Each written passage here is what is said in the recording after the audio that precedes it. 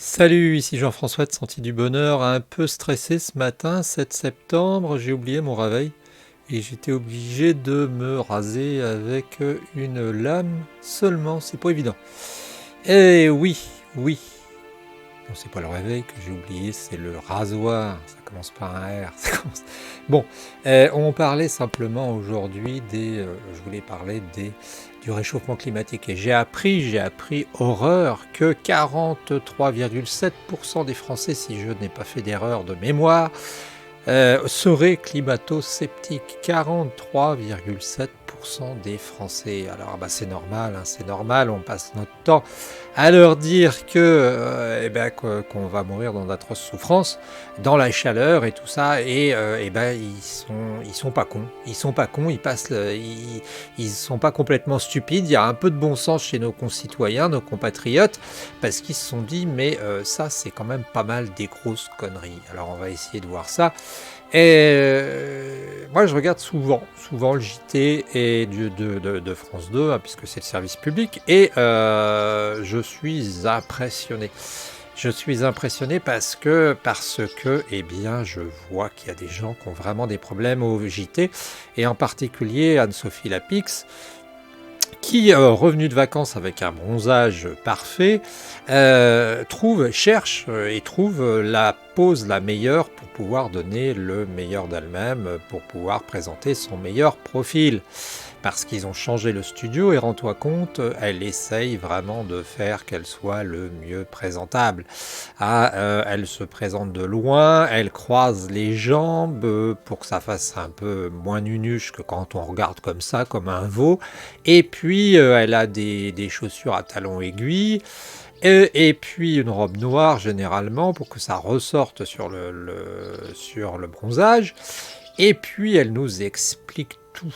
Ah, alors elle est drôlement forte, mais elle a des problèmes. C'est vrai, il y a des problèmes à France 2 et c'est au moins aussi grave que le réchauffement climatique parce que le niveau des journalistes ayant baissé, alors c'est partout, je te rassure, hein, c'est pas une génération de journalistes nuls qui serait arrivée. Non, non, non, c'est comme ça, ils sont tous.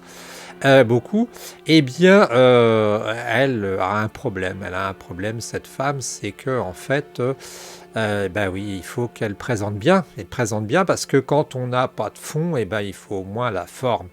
Et les Français sont pas cons. Pourquoi? Parce qu'ils en ont marre d'entendre des conneries. Ils en ont marre qu'on leur dise sans arrêt réchauffement climatique.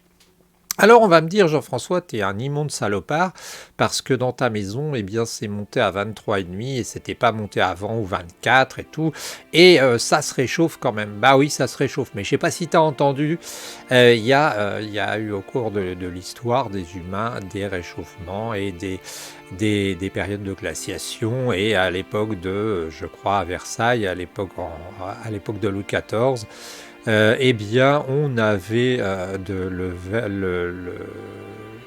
le vin qui gelait dans les verres, etc., etc. Alors,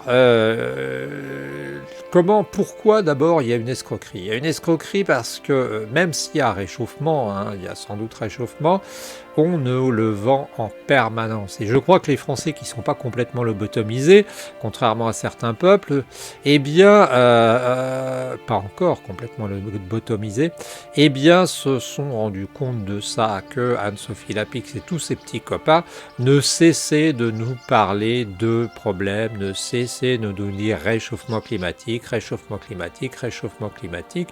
Quand il y a une grenouille qui pète à Chamonix, c'est le réchauffement climatique. Quand il y a un chien qui te regarde de travers à Neuilly-Passy, c'est le réchauffement climatique. Quand en Bretagne, ma grand-mère ne réussit pas à faire ses crêpes, c'est aussi le réchauffement climatique. Et les Français ont bien vu qu'on leur a raconté des grosses conneries. Alors, on va essayer de décomposer. On va commencer par parler des feux de forêt, ce qui nous marque beaucoup. Les feux de forêt, il faut d'abord dire que les feux de forêt qui nous impressionnent et qui menacent la population, qui ont même brûlé des monastères, et j'en suis désolé, en Grèce ou ailleurs, sont à 90% dus à l'action humaine. C'est-à-dire qu'il y a un salopard qu'on devrait griller dans un barbecue qui allume des feux de forêt et qui va non seulement bousiller la faune, la flore, mais aussi la faune. Il y a plein de petits insectes, plein de petits animaux qui meurent bêtement. T'imagines dans quelle souffrance. Et puis aussi, ce qu'on ne dit pas sur les feux de forêt, c'est qu'on n'entretient plus. Ah, c'est qu'à une époque, moi quand j'étais en primaire, on m'expliquait qu'on faisait des saignées dans la forêt pour ne pas qu'il y ait propagation du feu s'il y avait feu d'aventure. Et maintenant, ça coûte cher et on ne le fait plus. Regarde les sujets. Et puis une autre chose, on nous dit que les feux de forêt ont augmenté. Oui, c'est vrai, mais est-ce qu'ils étaient tous comptabilisés avant? Tu vois qu'il y a déjà il y a déjà de la marge. Et les gens, sans réfléchir, se disent ah bah tiens, il y a des trucs bizarres qui nous racontent. On nous parle aussi de l'eau. On nous parle aussi de l'eau. Bah, il y a quelques années, il y a eu un truc, je sais pas, je crois que c'est à Marseille ou à Nice, il y a eu de l'eau qui a coulé dans les...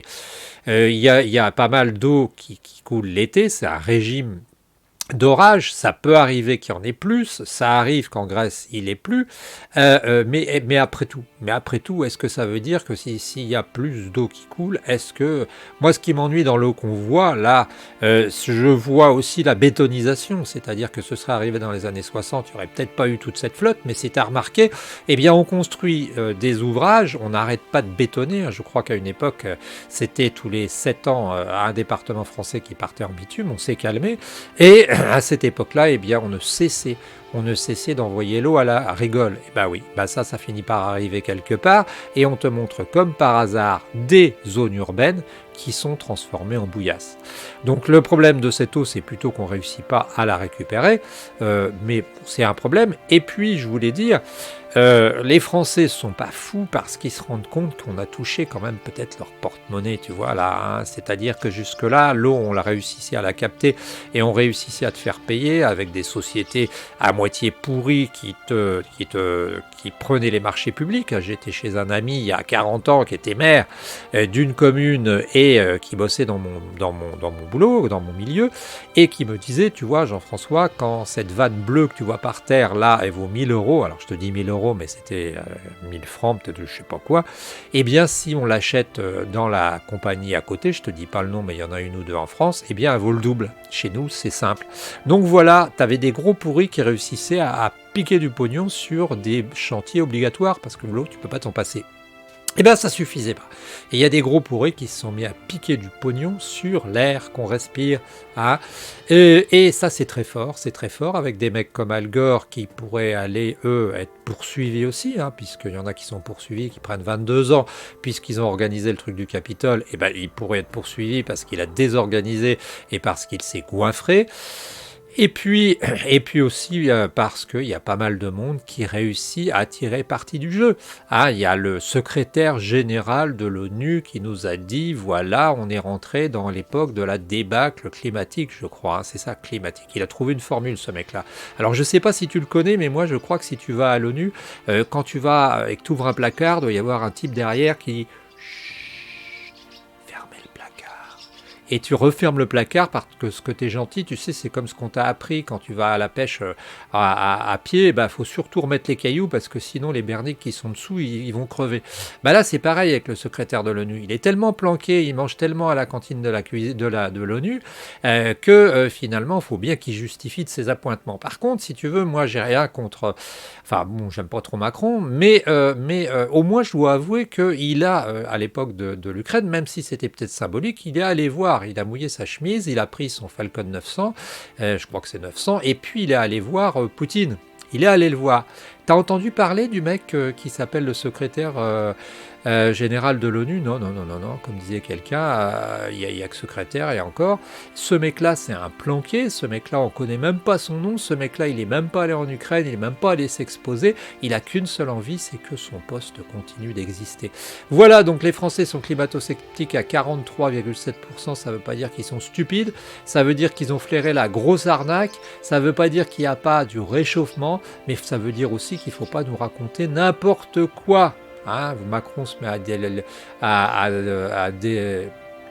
a décidé qu'on va dépenser, je sais pas, alors Macron est très fort, hein, il dépense du fric qui n'est pas à lui, qu'on va dépenser je sais pas combien de millions pour la rénovation des classes contre la chaleur, ben, ça fait de l'activité, on n'a rien d'autre à faire, on n'a pas tellement d'activité, et ben c'est décidé, voilà, les communes vont payer sans doute. On vit dans un monde formidable, n'hésite pas à nous donner ta manière de voir les choses, je suis intéressé de la connaître, et surtout des anecdotes. J'ai pas dit qu'il n'y a pas de réchauffement climatique, j'ai dit qu'on est en train de se foutre de notre gueule, et que les Français sont en train de le voir. Ah, voilà, voilà, voilà. Juste un petit détail sur Anne-Sophie Lapix, tu en veux pas, mais je regrette presque une Marie-Laure un peu barbue et avec un cheveu sur la langue qui aurait été capable, un journaliste capable comme ce fut le temps en presse écrite, ce fut le temps en presse en vidéo, ce fut le temps à la télé, mais cette époque est révolue. Voilà, salut, on se retrouve très bientôt, c'était Jean-François de Sentier du Bonheur.